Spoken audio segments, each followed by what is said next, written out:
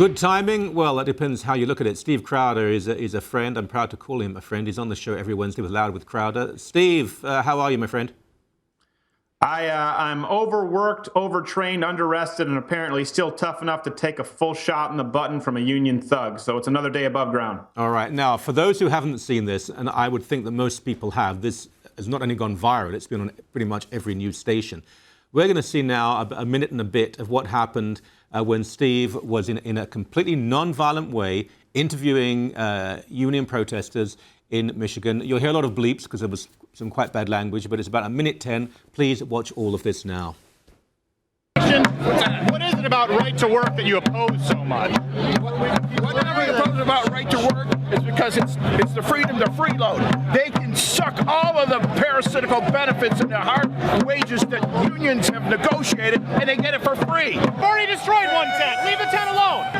Get the out of my face! Don't tear down the tent. Get the out of my face! You hurt a lady in there. You're addressing me. I ain't hurt nobody. You hurt the out of my face! Back the up! Stop tearing down the tent. Back the up! Okay.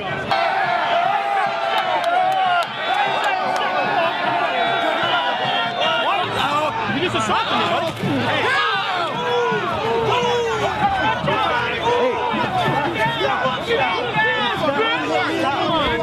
He's got a gun! We don't want anybody to get hurt.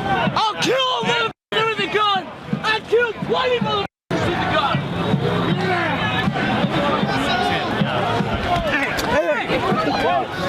Leave alone.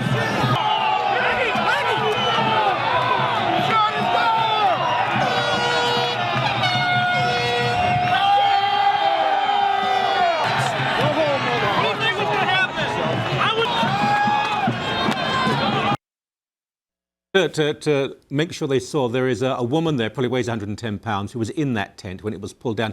You're physically assaulted. Where the hell are the cops? This must have taken 20-odd minutes. Where are the police? I don't know. You know, this is the first time.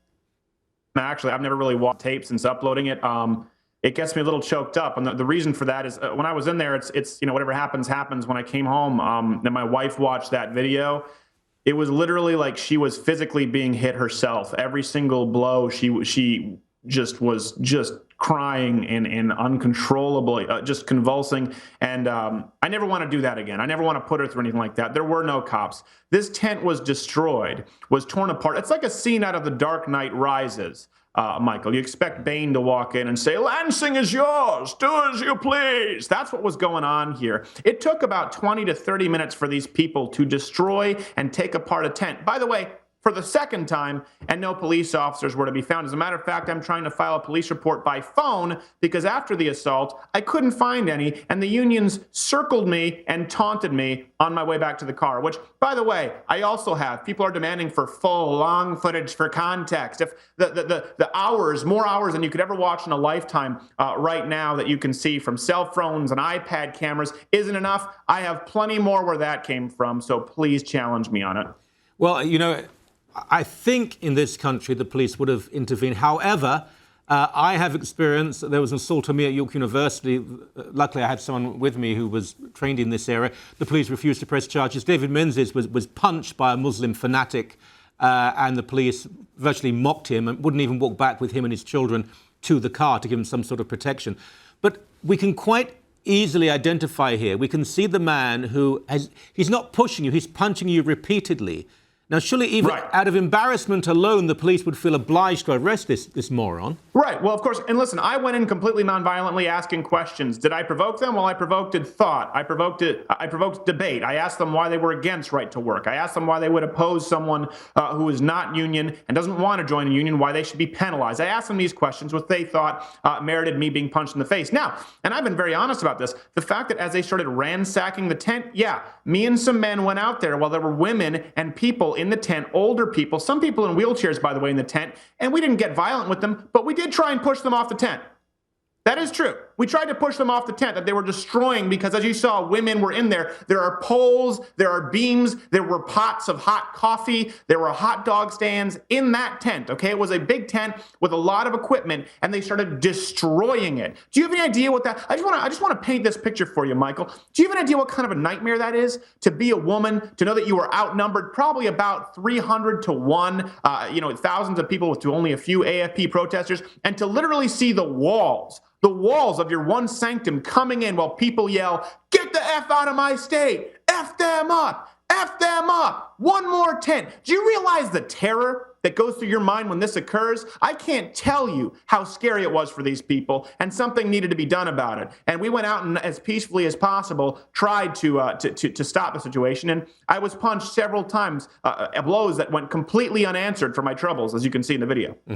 Well, this has become the flavor of union protest. The idea that these people are progressive and they care about minorities is just absolute nonsense. They care about more money. That heart attack on a stick, that guy there who probably weighs 400 pounds, I bet he advocates for public medicine. I mean, just the way he's speaking to you, the thuggery and the stupidity and the anti-intellectualism, that they're moronic and they're thugs. Now, let's try and put the argument for them. There were some people, when the guy punched you 3 or 4 times, other people, I suppose, did pull him back? No, a guy from Americans for Prosperity stepped in and pulled him off when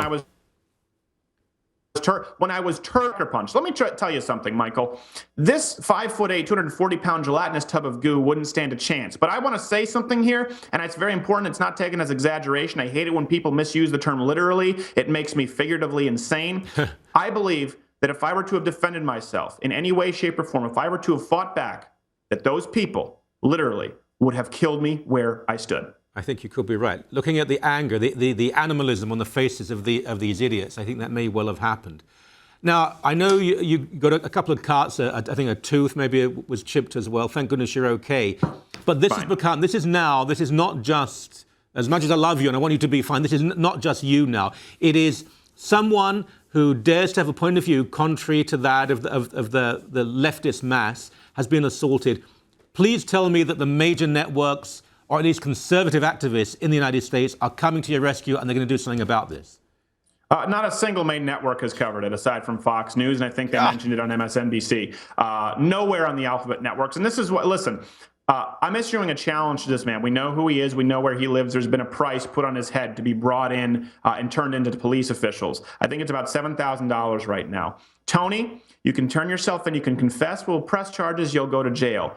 Or if you want out of jail and you sucker punch people, you like to play tough guy, I will offer him to face me one-on-one in a legal, sanctioned, mixed martial arts bout in Michigan. And if he wins, I will match the price on his head and personally give it to the union of his choice. So, Tony, the choice is yours. Go to jail or face me in the People's Octagon for charity, one-on-one like a man. Is that his name, Tony? His name is Tony, yeah. Do you know his surname?